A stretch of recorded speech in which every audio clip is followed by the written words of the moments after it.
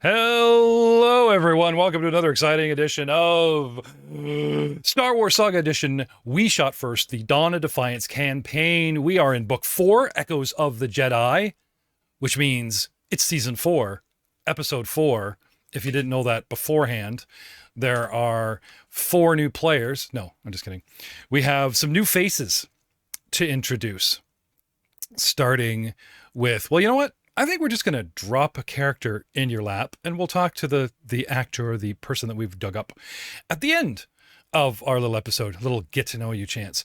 So, without further ado, there's been a few stumbling blocks with the show. I know this show was due a couple days ago, and we'll have it up shortly to get you more Star Wars from the Jersey Force side of things, because I hate to say it, but Rahal does have some potential to, I'll not say outstrip the artist formerly known as Poser Sham, but, you know, I'm wondering if this might become a head-to-head competition. And the Schwartz is strong with this one. Unless, of course, you want to buy into that talent tree we discussed, whether it's going to show up in our secret project in the future or or right here, the Jedi conspiracy theorist, I believe was what we were talking about. We posted that a couple episodes ago, so that's like a month ago. And no one said anything. Not a fan, not an email, not nothing. So maybe we're just getting excited by ourselves and people are just rolling their eyes and hoping we'll stay with the main platform. So let us go into, well, you know, space. Yeah. Deep space. Got my groovy Starfreighter music, the ambience on board, the rumble of the engines. You have left the Resurgence in its hidey hole, and you are currently traveling, barreling along this happy little highway called the Parliamane Trade Route. Now, everyone knows the Hyderian Way, but south of it, on the proverbial space map, past Dragon's Tail and, you know, GAurdian Reach, is Felucia and the Parliamane Trade Route. So what I want to know, Captain Rahal, is you could go south on the galactic map, pick up... That's Commander. Commander? Oh, you haven't made Captain yet? I'm, you know... Just saying. Don't like to put myself at the top of the totem pole. I like to okay. put somebody else there first, you know. Mm-hmm. Yeah, we'll let somebody else shepherd the crew, Commander? No? Right, right. You got it. Okay. You got it. I'm more of a behind-the-scenes, okay, mysterious overlord kind of guy. So decision time, Mr. Overlord. Do you want to take the Parliamane Trade Route and head straight over and then pick up the Hyderian Way and go south? Or do you want to take a shortcut, go up the GAurdian Reach and take the Hyderian Way past Bandamere? Because you got an actual message that there might, not probably, not could be, not definitely, but there might be a problem for you on Bandamere. And if you're halfway to your next destination and your boys can't handle it, you may have to send someone or turn this boat around. So did you want to take the long way and go by Bandamere and just see how this plays out in hyperspace for a couple of... Yeah, you can do that? Yep. All right.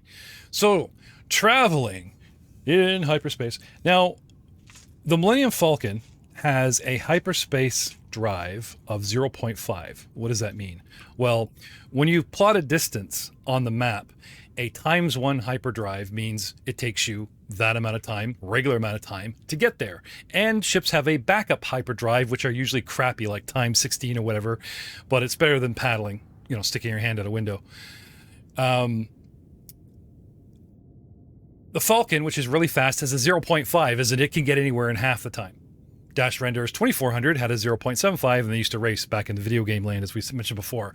What is the official hyper speed of our hyperdrive in the hyperlane?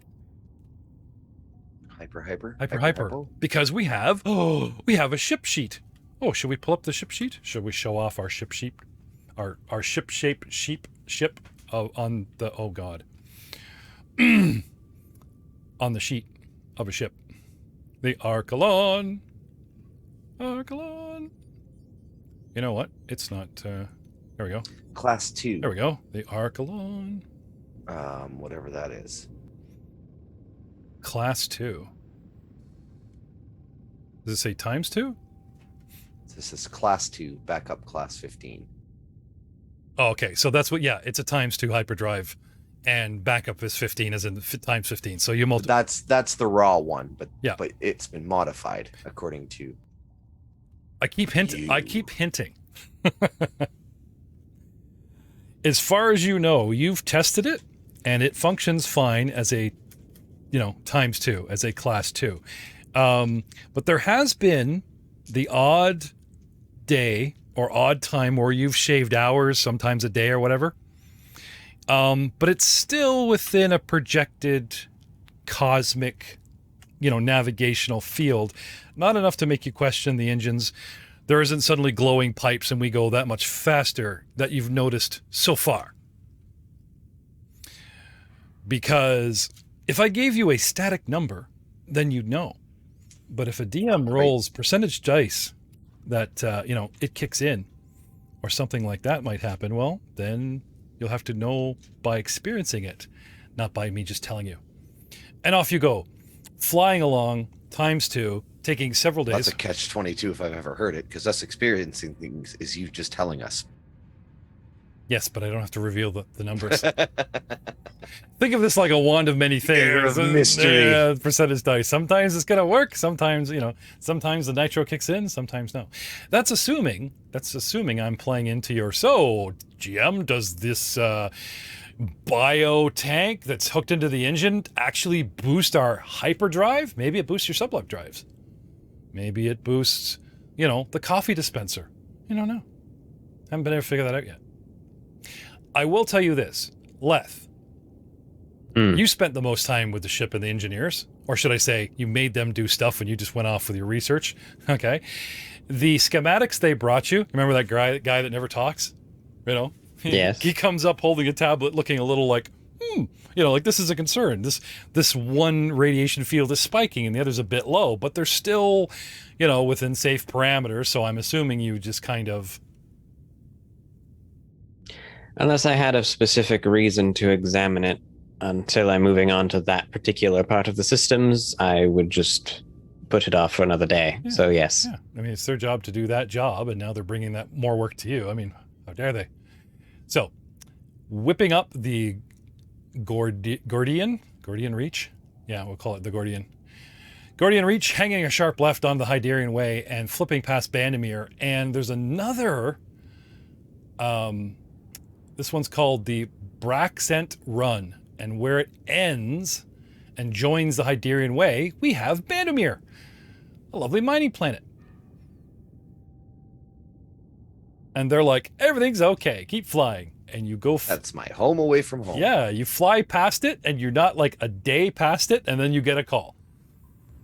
Of course. And you remember the scene in like one of the Ocean's 12 movies where the two young guys were sent to like load dice and they go down to Mexico and they start like a riot for pay and all that thing, right? Yeah, that's like this guy's on the holographic horn, as it were, with you, and this is what you hear in the background. Like the Empire's coming. The Empire doesn't necessarily show up with a Star Destroyer. Sometimes they contact infiltrating people they can turn. You've got... No, in particular on trade worlds, they usually used a more bureaucratic approach, like trade embargoes, forcing the hand, something like a commodity that planet needs. Right. So they control. So this is where they're at, and they're locking shit down, and your workers are, forced to close or just flip over to, the new rate, their pay, the type of thing. They're heavy-handed. So there's a lot of unrest. And how the Emperor, sorry, I'm going to say, the Empire operates. No. But being on the other side of the war, you can guess what's going to come next. I'm familiar with their tactics. So what do you want to do? You didn't think I was going to give you this nest egg for free, did you? Without some complications. Well, yeah, because it's part of my backstory, dude. Nope, sorry. Well, I mean, I'm not, making money like I should be if I owned a strip mine in Vandermeer. I'm going to say that. Okay. Yeah, no, what would I do? Vandermeer is one of the investments that talks about your noble cash out talent, right?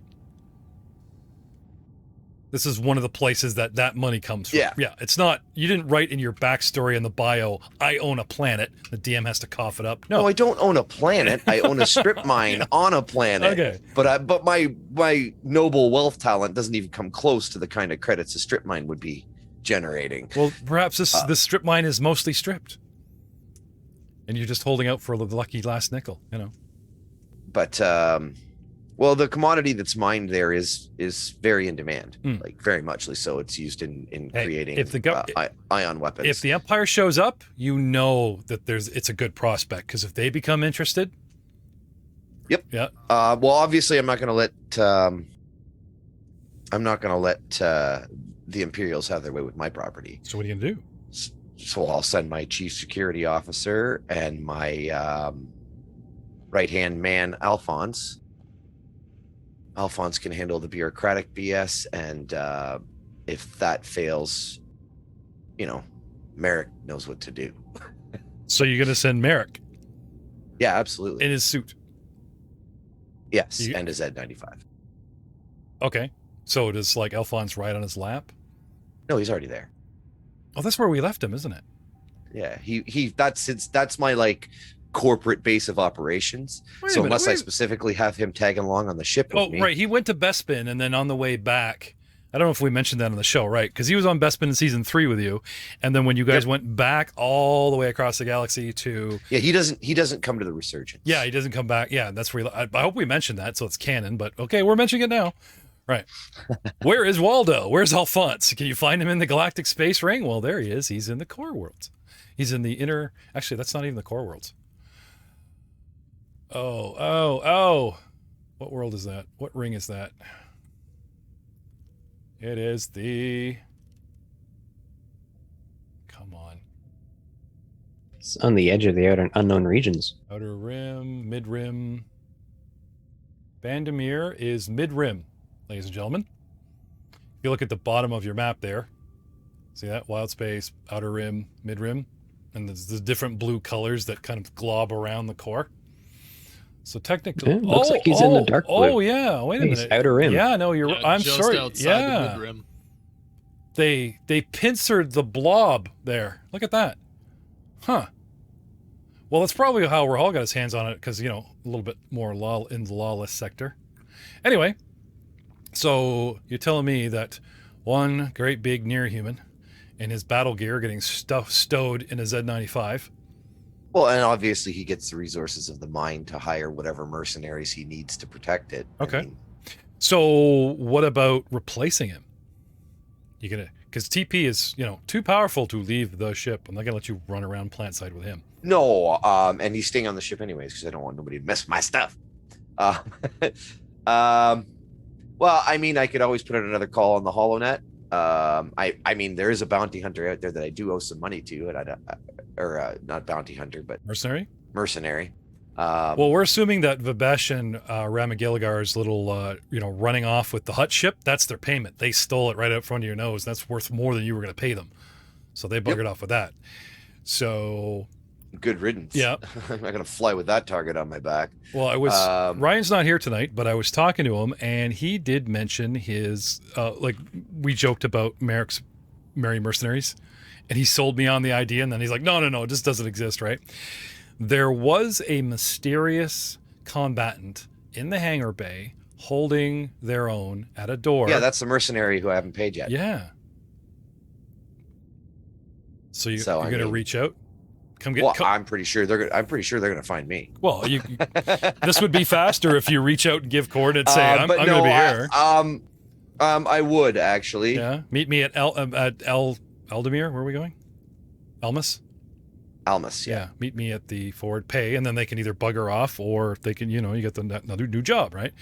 Hey, look at that! You're learning from Bail Organa. Is that what we did? Oh, thanks for coming. Here's your paycheck. But pulling on the check, before I give this to you, hear me out. My next proposal, right? Yeah, exactly. Right. So you're pulling his old. Where is Alma?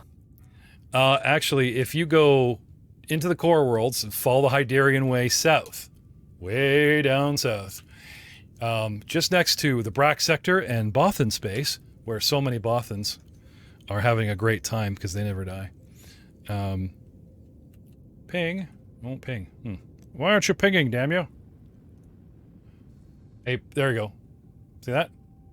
Yeah, I see that. So that's the Kularan system. In the Kularan system, I believe you'll find the planet Almus. And that's our final destination. So you've got half a galaxy to traverse for somebody to catch up with you. Yeah. I don't know where would be a good rendezvous. I guess it depends on their location, but I'll send out a message on the HoloNet. Okay. Yeah, they'll ping you and you can hit the break. Sure. Okay. And then just, when they reply, we'll find a midpoint that's mutually beneficial for rendezvous and go from there. You post on the leaderboards, and a username by the name of Spectra comes back to you with information encrypted, revealing that it was them. They talk about, what happened, so it's them. Okay. And they have transportation to get to you. Perfect. Because, I guess that'll be revealed later. So, back on the throttle. Merrick goes on his merry way with little BD and Alphonse, and they're going to handle Bandomir. Yep. Okay. Around this time, while we're sort of slowing our roll around Bandomir, an encrypted message comes for Dr. Leth. From Switch, actually, our favorite droid gangster from Zelzon Station, who usually deals directly with the party through Rahal. But correct me if I'm wrong, didn't you, when he extended his gracious hand and deal back in Season 1, didn't Leth, or at least one of you, say, "Oh, I'm not with them, but I'll cut you my own deal"? Was that Leth? Pretty sure it was. Yes, that was me. I believe the deal was more along the lines of, I won't be helping him deal with less than savory things, but if he wishes to have assistance with medicinal care or research materials, let me know. Okay. Now, the gangsters had some time to dig things up on you because he starts mentioning them in this holographic message, a little bit of your dossier, not your current project, but he seems to have come upon the work that you might dabble in upgrading weapons.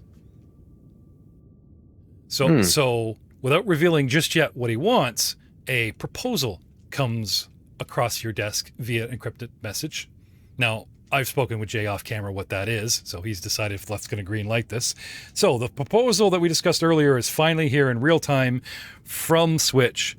What do you think? It is risky.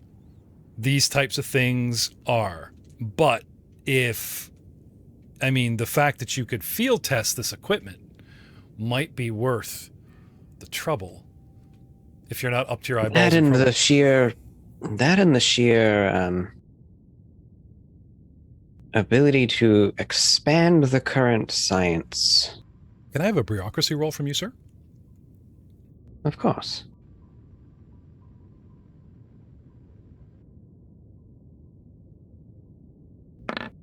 Knowledge bureaucracy of 25. You have a good idea why he's sending this to you, because you guys are going to be out in the Outer Rim and in the core worlds where he is in the colonies, where the station actually is. Just outside the core world ring is a ring called the colonies. It would draw notice if he tested this there. Because manufacturers of similar equipment would be like, what is this? If it hits the news. So, very shrewd businessman, our gangster droid. I can agree. It certainly would be best to test in less observed areas if you were planning on pioneering a completely new sector. Have a perception roll, please.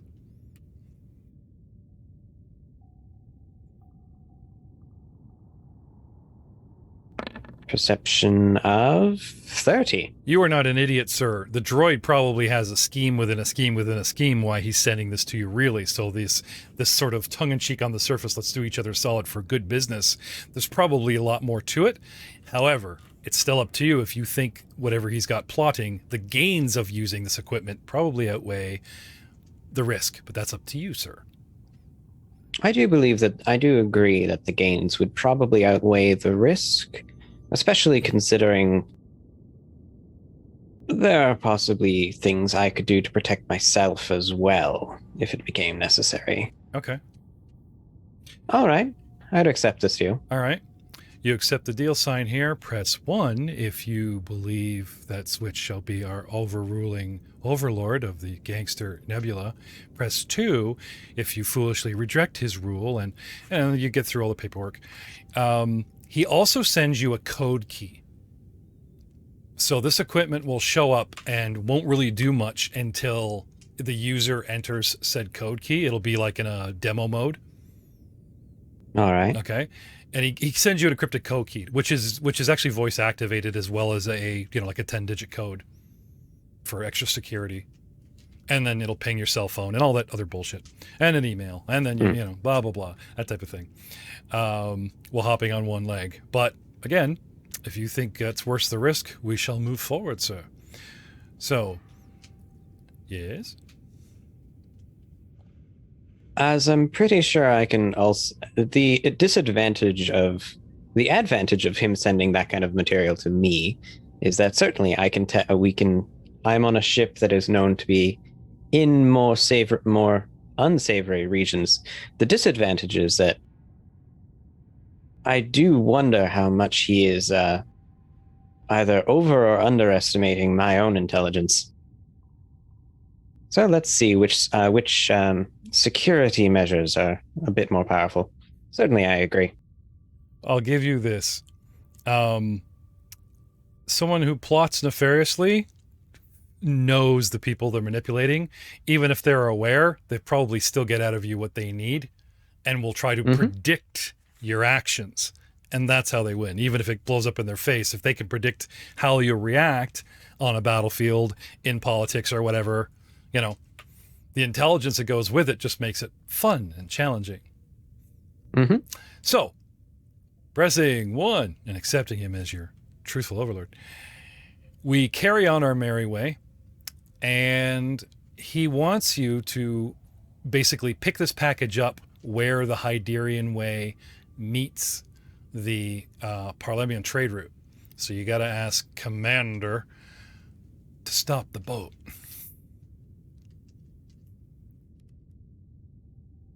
Presumably just outside the Salzon station, then? Yeah, well, no, not right there. You don't want to pick it up at the station and do... nearby. Yeah. Now, that would be easy. Go to Zelzon Station. Who's going to see? Archelon's a brand new ship. It's not related to you. It's been a long time since you guys have been there. Why all this cloak and dagger shit out in the middle of nowhere? Extra precaution. Or maybe All right, well, as we're getting close... Okay.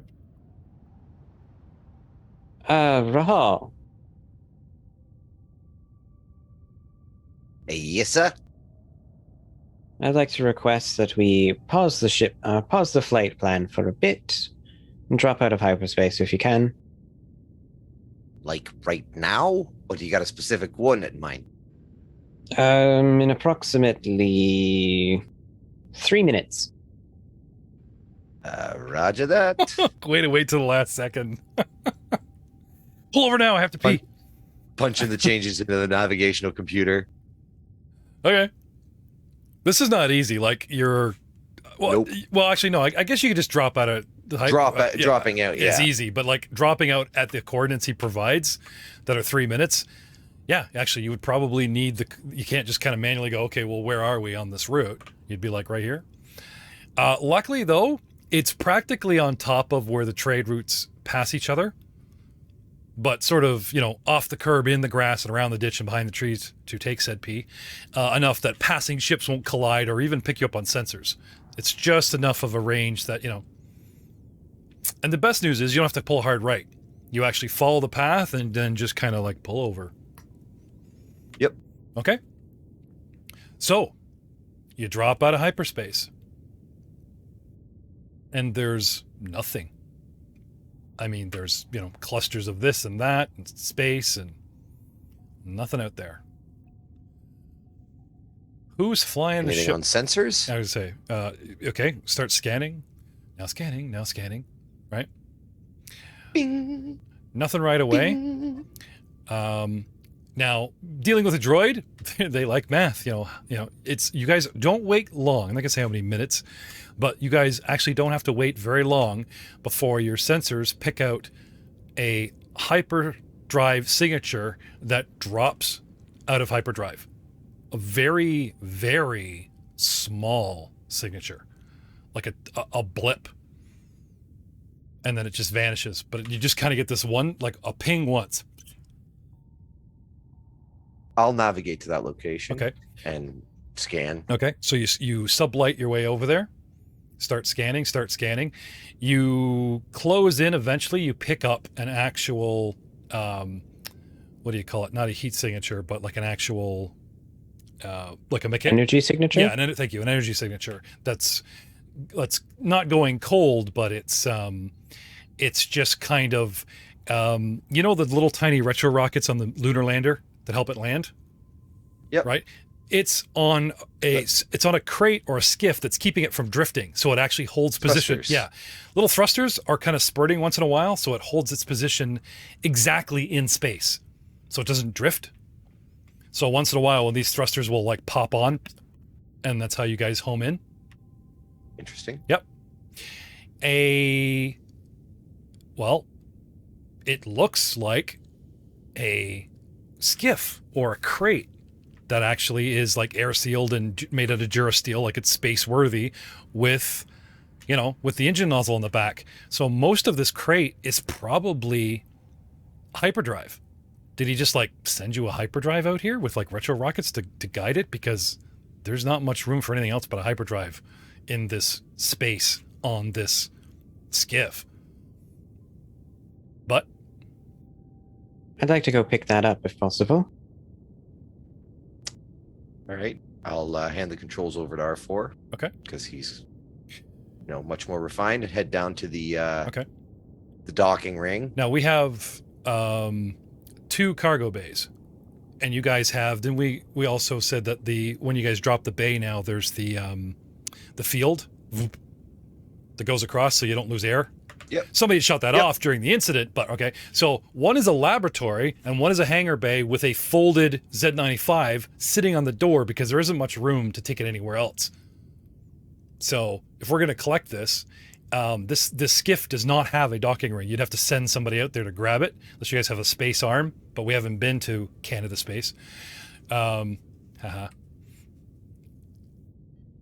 we could navigate up next to it and connect it to the docking ring because we have an open slot and it is a ship, technically. You'd assume it's got Or I can pull it out of space. Oh yeah, you totally could do that. Yep. Conundrum, Dr. Leth. You want us to grab this thing. How exactly do you intend us to do so? Yeah. I ain't going for a spacewalk. It should be easy enough to get it onto one of the platforms and raise it back in. If you just want to clear some equipment off the platform in the lab, or if you want to have Poser like hold the X-wing, you know, for that canon movie moment. Did we not have Merrick take the X-wing that was in the ship? No, that's Poser's. No, but you know what? Poser could basically undock, redock somewhere. Yeah, else. he could. Yeah, you could just free up the bay right now. We're stopped. Just let him drop out, unfold his wings, battle planet style, and fly around. That's an order. Just kidding. Take her for a spin. Not to mention, it may not be a bad idea to have a starfighter and a starfighter pilot out there covering your butts if this goes sideways. It's actually also not a bad idea. Yeah. So, 2 minutes of Z95 prep and 10 minutes of him on Galactic. Finding the right song. Yep, Galactic Spotify that's exactly what I was going to say. Oh, you. Oh, you. Get along so much better now that he's out of the Jedi. Yeah, pop the hatch, down he goes, wings fold down, hits the sublight, gives it a boost, flips off, comes around. And do you want to dock, or do you want to just fly out there, turn around, and sit there and watch and cover? So I'll actually fly around, but instead of just sitting there and watching, I'll move the crate onto the docking platform. Okay. So you guys get really close. Can I have a piloting check from whoever's at the stick? That would be Arthur. R4. Okay. Well, he's your dude, so you can pull a sheet and hit it. Now, I believe some of the modifications has improved his piloting skill. He's proved himself in his first combat, which made us interested in, following that vein. Ace pilot, astromech droid. Is that a talent tree? Indeed. Is now. That'll be a 22. Yep. So he, guides us via sensors. I love how the droid can't even see over the dashboard. Like, he just comes up and plugs in, and he's like, his head is level with the dash, but he's plugged into the ship, so he senses everything, sees everything as a sensor package, right? So yeah, he gets it nice and close, where he actually gets good enough that he practically scoops it, and you've just got to keep it steady and drop it. There you go. He starts you guys raise the bay, and the skiff with an engine stuck to a crate comes aboard. Poser, you want to dock? Or you want to stay out here? Yeah, I'll dock. Okay, piloting, please. It's not overly difficult, but it is interesting enough that, till you guys get the hang of it. Coupling with another ship in space, 23. Awesome. He flips over and rotates, and then he just lets go of the stick, and it just kind of coasts in, flips over, and locks on, showing off. I'm not moving my ship, I'm moving space around us. So powerful now. So, who wants to run? It's pretty powerful, man. I move space. Who wants to run down to the cargo bay like it's Christmas? Ooh, not me, not me. Like it's Christmas. I can do it. Okay. So you eat a Jeffrey's tube and start making your way over there. Leth, I'm assuming you're practically at the door, since Arthur was doing all the... Right? Especially because I'm pretty much expecting what's in this thing. Yeah. Although I would let someone go in with me in case there's a malfunctioning defense device attached. You are at the door alone. You want to wait for Poser, you guys are on comm, so you're kind of aware of each other. So Rahal doesn't seem I would wait for Poser, presumably. Okay. He gets in. The docking ring is actually attached to the back of the hall there, so pops out of a little tube and slides down a ladder like a fireman and pops up. You guys hit the door. The place repressurized already, and behold, I don't want to call you Poser anymore, young Jedi. So you'd state your name. We're going to call you young Jedi. You see a skiff. And you remember that droid that it literally is a sled? You put a body on it, and it's sticking up the front end of this, or the back of this, with two arms, and it just floats around like a repulsor lift skiff? An industrial size one of those with a space crate bolted to it. And the back of it has a cargo hatch that is open and welded around the back end of a hyperdrive. So it's obviously a given that most of the actual engine, which is normally inside a ship, is in and filling this crate. Judging by this type of no technology boys or mechanics.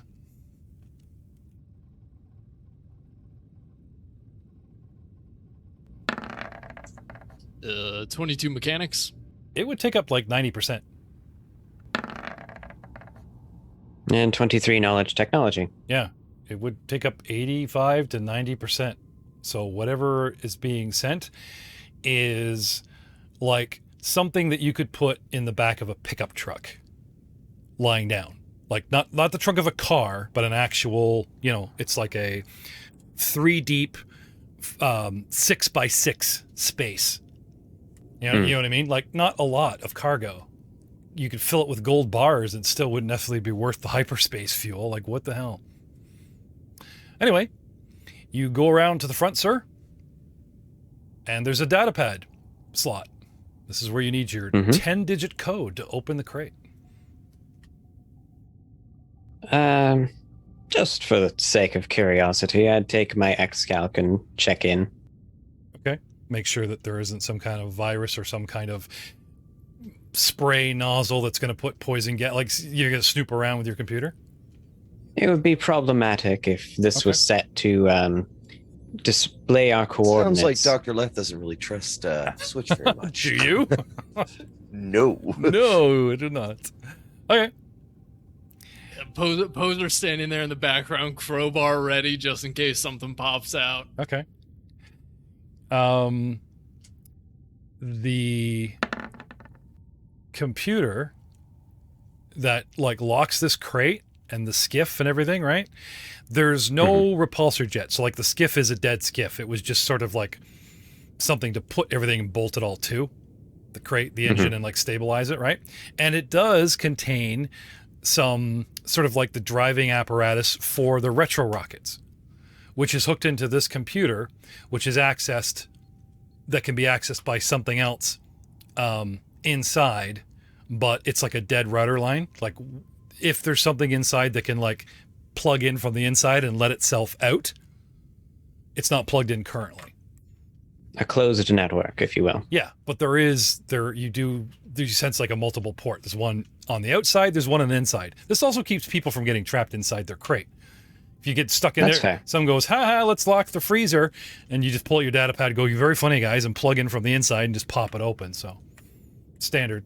The point being, no outside network connection, so no one will be figuring out where we are. But it is connected to the driving, like the fine tune of the retro. And this computer itself is not designed to fly. So something inside had to be hooked up to tell it to fly, like to hold itself in space, that last maneuvering you saw. And obviously something inside. Now you could pre-program a hypersled. You could just like set up the nav computer, put it on a ramp, shoot it where you want to go, and off it goes, right? But when it gets there, the fine tuning would be a different system. And I'm saying this system is, dun, there, but unattended. What do you want to do? Well, for now, not much I can do from outside of the box. Okay. Shall we get it open? Poser. Yes. While he's playing around, what are you doing? Standing there with a crowbar. Again, just waiting in case something pops up that's hostile. Okay. No. So all that training and you're practically wearing robes, and instead of like reaching out with the force or perceiving with the force what's inside the crate, you're like all gangster with a crowbar going, okay, open it now. What happened to you in your home world, man? What? I think we're going to have to cover some of that. You've changed, dude. Not for the better. I mean, it seems like something Dr. Leth is expecting. So Poser isn't actually expecting a threat. Okay. But he at least wants to perceive like he's helping out. Okay. Ready in case a bat flies out or something. Yeah. I guess it would... If something serious happens, I have my force powers. I'm a force user. It doesn't matter what's in my hand. It's always a weapon. Yeah. I get you leaning the mic a bit more there, Aiden. Yeah, I guess it's almost rude for you to like sit there and visibly raise a hand in the temple and pop a vein scanning inside. Like, you're like, don't look at my stuff. Leth would be upset. So I guess that's a courtesy. All right. Excuse me. So, Leth, unlock the case? Yes. Okay. You open the doors. Inside, it's not pressurized, but there is another case. And inside this Durasteel case, you see one little sort of manhole window.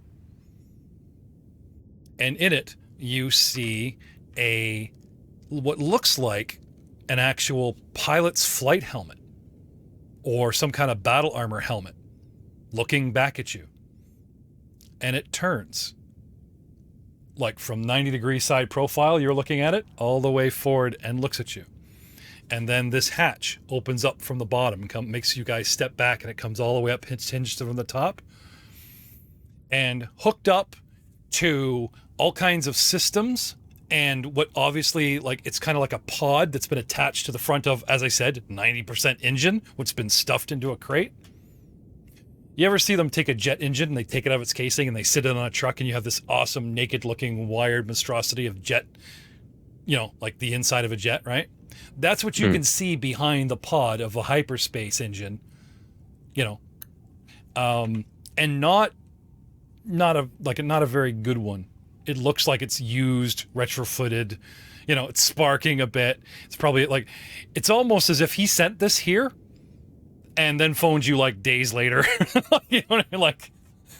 Or it's it took that long, you know what I mean? We'll send it. It takes 15 days to get there. It's getting there. You guys get the call, get there in 4 days, and then it finally shows up because it took 15. It's not a lot of money's been put into this sort of jerry-rigged contraption.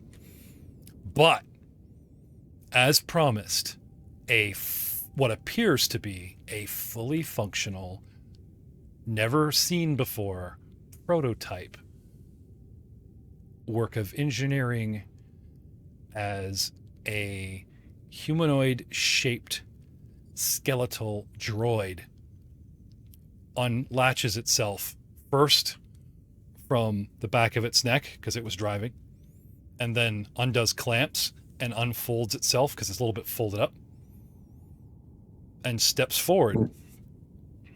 Designation? TLXS. You do indeed seem quite excessive. It could be useful, though. It just stands there. And like I said, remember how he said it's in demo mode? It won't answer much. It'll move to present itself to, whatever it guesses it's supposed to be the new owner. But it won't do much. It's driven here. You can't just say, right, you're with me, and it'll follow. It'll probably just stand here in demo mode. May I introduce our very first patron, one of our biggest Star Wars fans. Mr. Doug Baldwin has been with us since the beginning of our Star Wars journey, and it is my pleasure to introduce him to our cast for, and I'm just saying this to piss off Matt, perhaps in a very extended cameo. Doug, would you describe this droid, please? Yes, TLXS is a prototype from Hollow One Laboratories. He looks a lot like the Terminator, very skeletal face, which is why he often wears the helmet over top so that it doesn't just look like a metal skeleton walking around. He has 2 long metal arms, has 2 extra arms under that, clutching his abdomen, and long metal legs, and looks like he's able to stand in a fight. Are you covered in factory paint? Are you a bright orange or a very dull gray, like the primer paint color? Now, I have a whole bunch of those little plastic things that you have to peel off of new plastic. So Dr. Leth's going to have to stand there for a while. And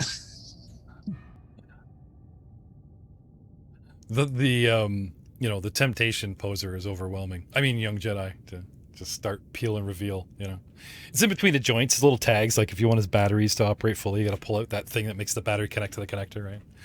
It's just so satisfying. Yeah. I don't know how to explain it. There's an odd part of me that simply wants to leave it on there. Yeah. But see, I get that too. So, It makes the first cleaning a lot easier. Fair. Dr. Leth, it asks for input or the access code by saying,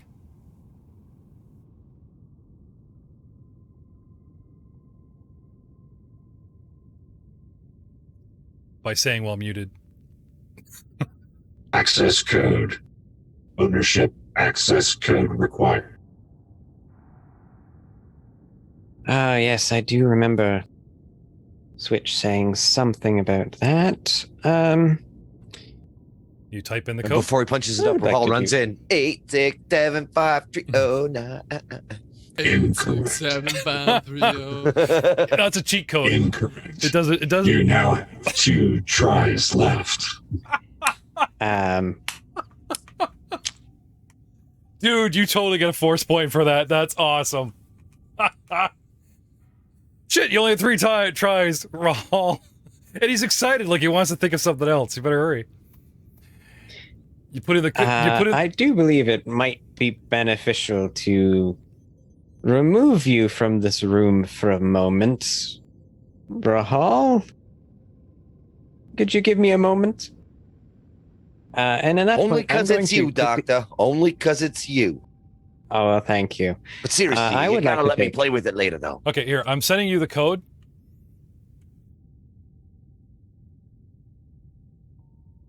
I would like to enter the code. Okay. You have to enter the dashes, too. It's like an Xbox code. Okay. Let's hear it. Letter by letter. Enter code R.U-my-DA-DADDY.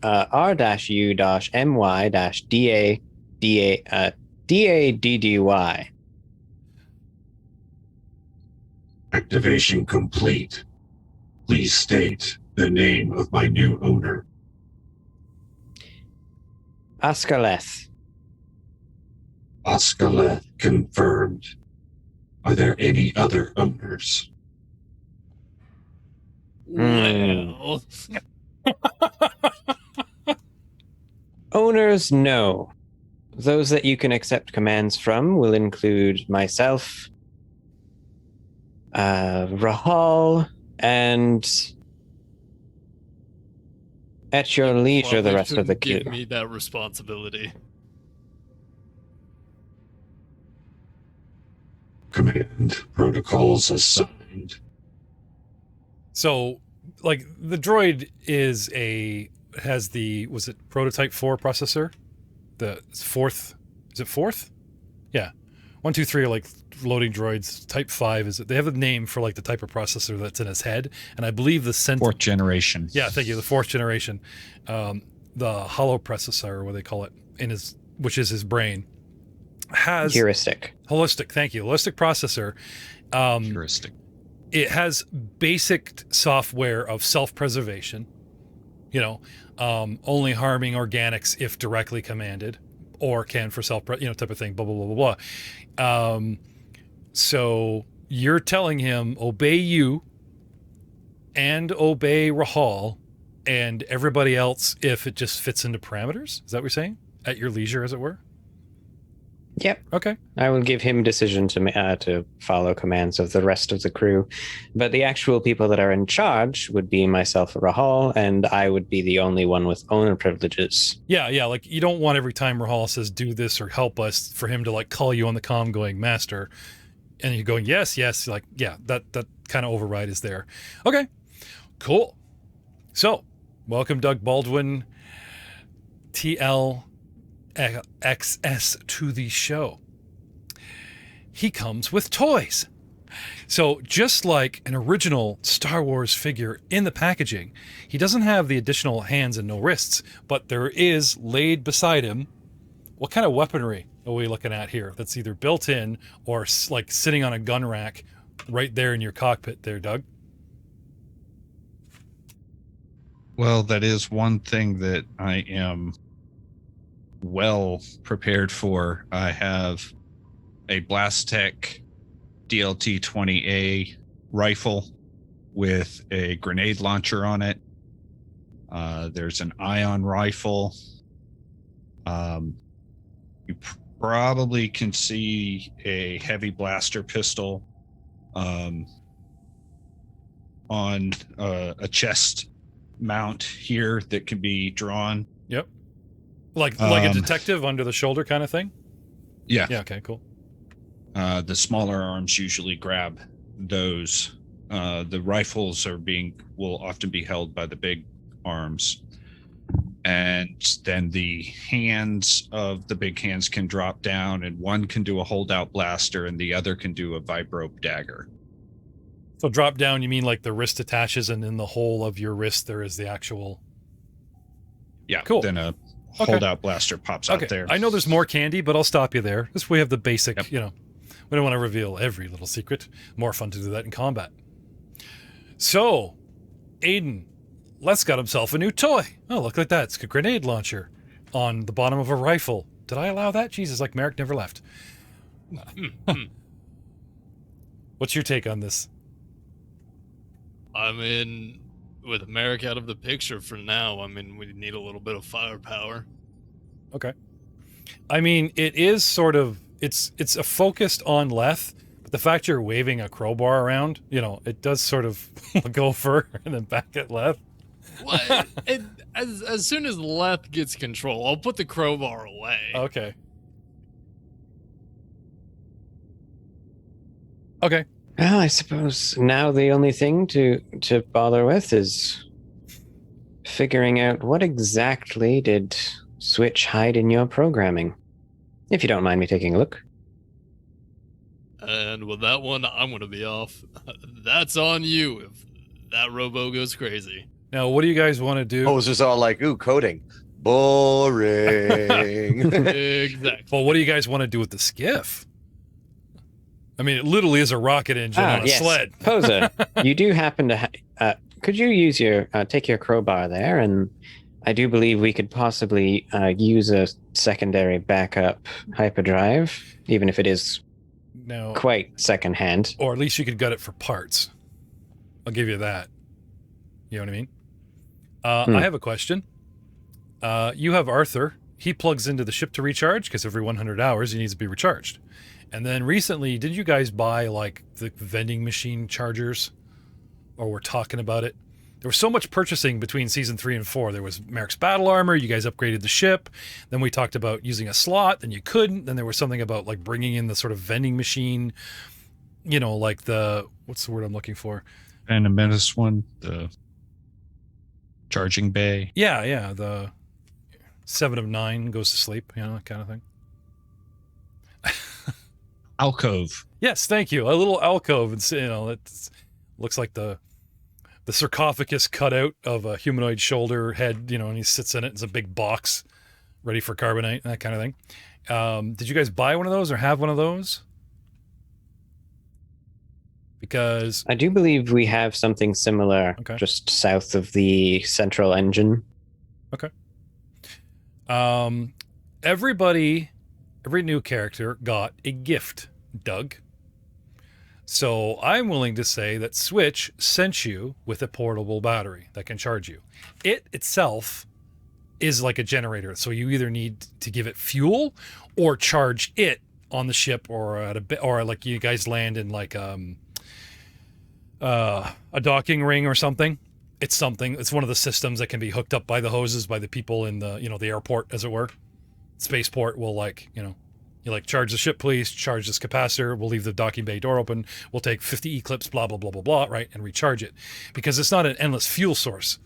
But I think it's a little better than a battery. It's more like a gasoline generator / battery. Like, it'll hold it, you know, it'll give you, you know, like more than just 100 hours before you have to recharge it. It'll last, you know, like 1,000 hours or whatever it is. You can look these up.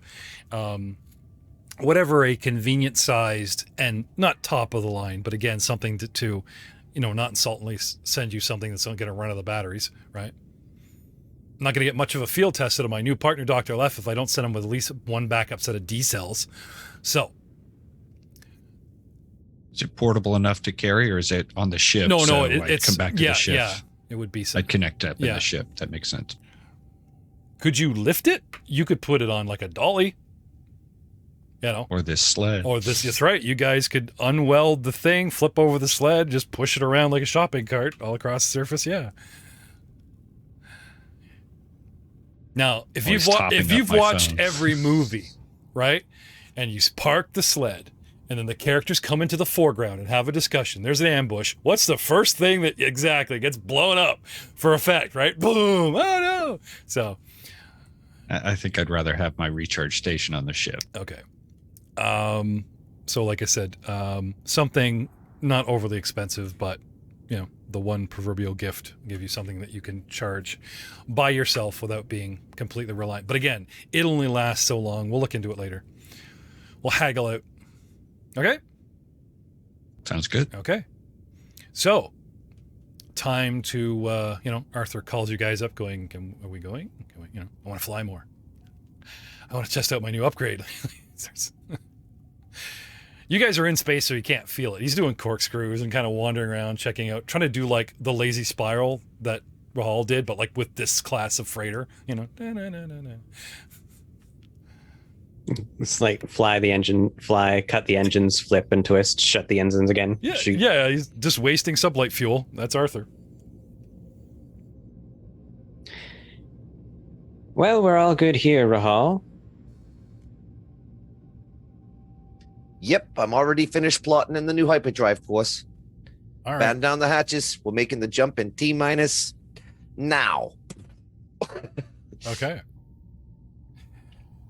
You can catch up later, R4. See ya. Just kidding. No, we'll do docking prep and all that. No, Make sure R4 is everything's in the bridge of the Archelon. I mean, he was trying to do with the freighter. He didn't jump into his N95. Oh, he was actually doing it with the yeah, Archelon. I was testing it. Okay. See what kind of lazy spiral I get going with the actual Archelon. Okay, I get you. While we're parked, Dad, I'm going to take the Z95 and try and do that trick endo thing you were doing. Yeah, no, that's not what he's doing. Don't give me ideas. So, the ship extends into sublight hyperspace and goes. And again, we head south. Lots of south. Lots of south. So we got some time. Yeah, you guys got a couple of days. So while you have time alone, not burning too much time, there's getting to know our new droid. Raul's getting lonely. Have you been left any homework there, young Jedi? Any special techniques or anything? Don't say fat. Force. Use the force. No, nothing in particular. Just continue practicing what I've been doing. All right. Work a little bit more on lightsaber form. Okay. Just because been a little bit out of practice with that. Oh, so you got like the helmet with the thing on it, and you're the little ball. No, more just kind of running through standard form practices. Well, I think the very first reveal, merits something more like, "Oh, I'm already doing this." So, picture pose. Oh, this is privately hidden away. No, I know. I'm making sure everyone's out of the way. No one sees this. I'm just saying for the audience. Okay. Yeah, his room went from grunge dungeon to pseudo temple. Our young Jedi sits meditating alone in his chambers.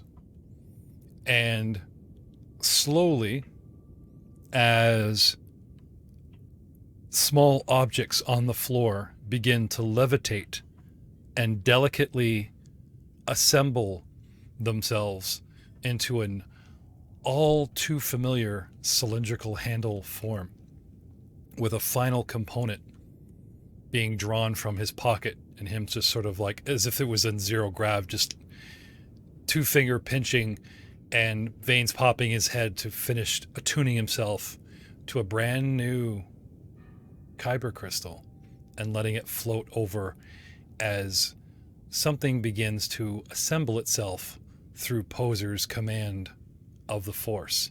And while he is in this trance, he goes all back up in his big fat cone head, back in time, to landing on his home planet, tracking down the master Dina gave him coordinates to, and not finding the master, but finding a breadcrumb trail left by the master, dodging ne'er-do-wells, the attention of anyone that would turn in a Jedi, keeping stealth mode up, cloaking his presence, trying not to spend money or gather too much info, just trying to follow these breadcrumbs.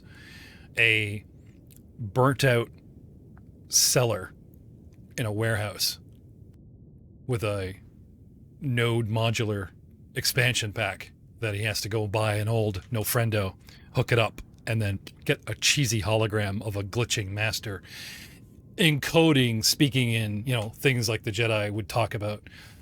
Fappity, fap, go here, this type of thing, and making his way across the planet, trying to be undetected until finally finding not a cache of knowledge or Jedi or lightsabers or even crystals, but finding, of all things, an actual droid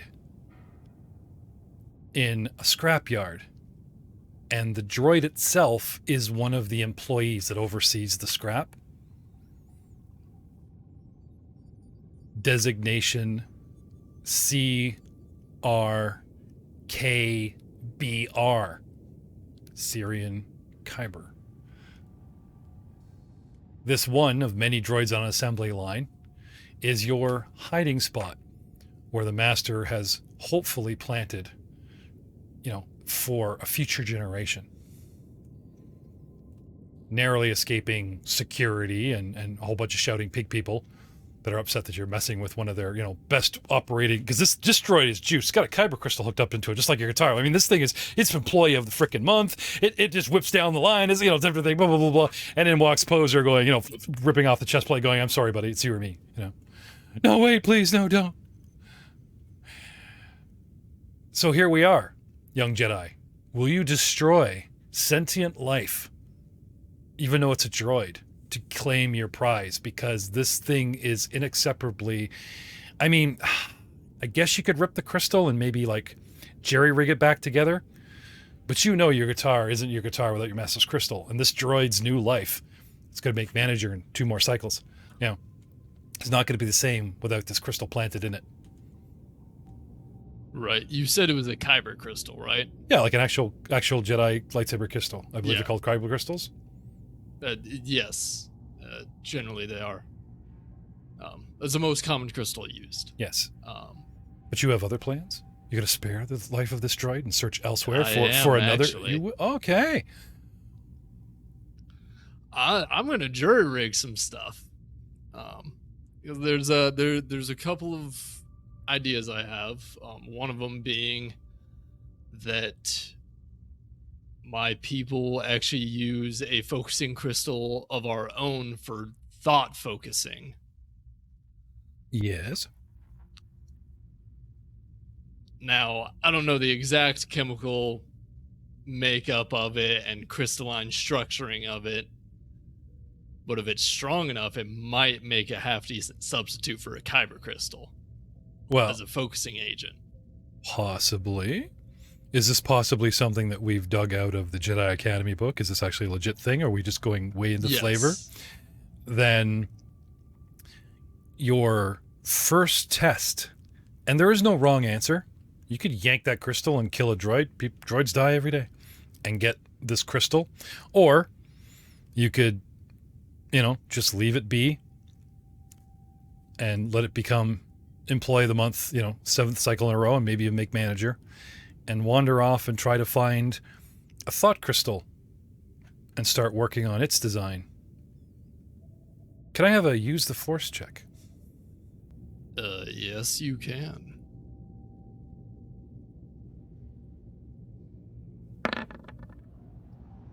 Use the force check of 21. You're not certain, but you do positively, as in on the plus, not negative side, believe that the force has guided you here, is testing you, and wants you to, get your own damn crystal, stop taking handouts.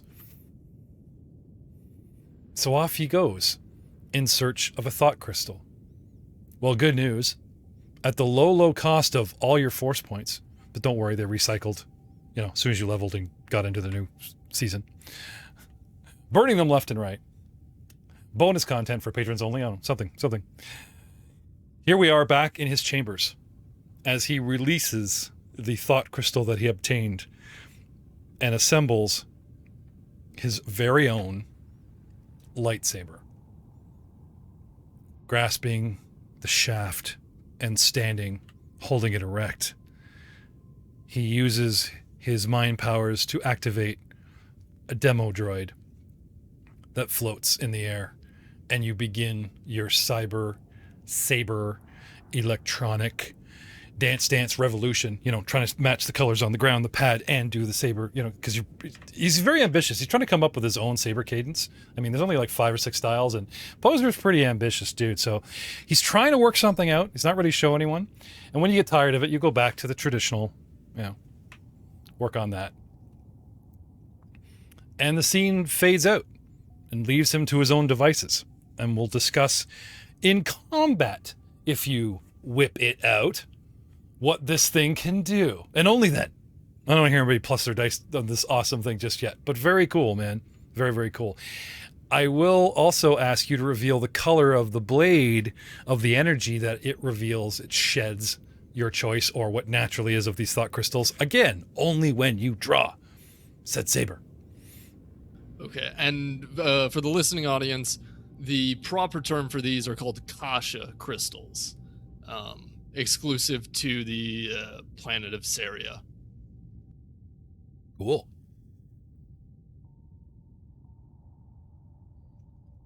As the scene pulls out, there is that very familiar sound of a saber igniting on the other side of the chamber door. And we'll see you next time in episode season 4, episode 5, 6. We shot first. Say goodnight, TL. Good night, everyone.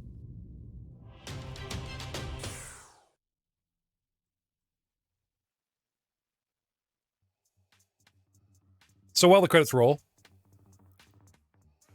I'd like to go back in time to switch hiring a Black Ops team to go to said factory, because TL said he's made by this corporation. They went and stole the prototype. Like, if that isn't, I just wanted to drive this home. Like, TL has been stolen by a gangster from a legit company and then taken way out in space to test, see what the sucker could do, modify or whatever. So, like, all this cool Botham spy and little piggy ninjas all run through the factory, pull out the crate, you know, get one of the few prototypes, bail with it, get away, kind of thing, into the night. And then you see them bringing a crate and dropping it, and there is that sort of underground office of Switch, and him putting his fingers together, very Mr. Burns style, saying, "Excellent. Excuse me, I have to make a call." And fade to black.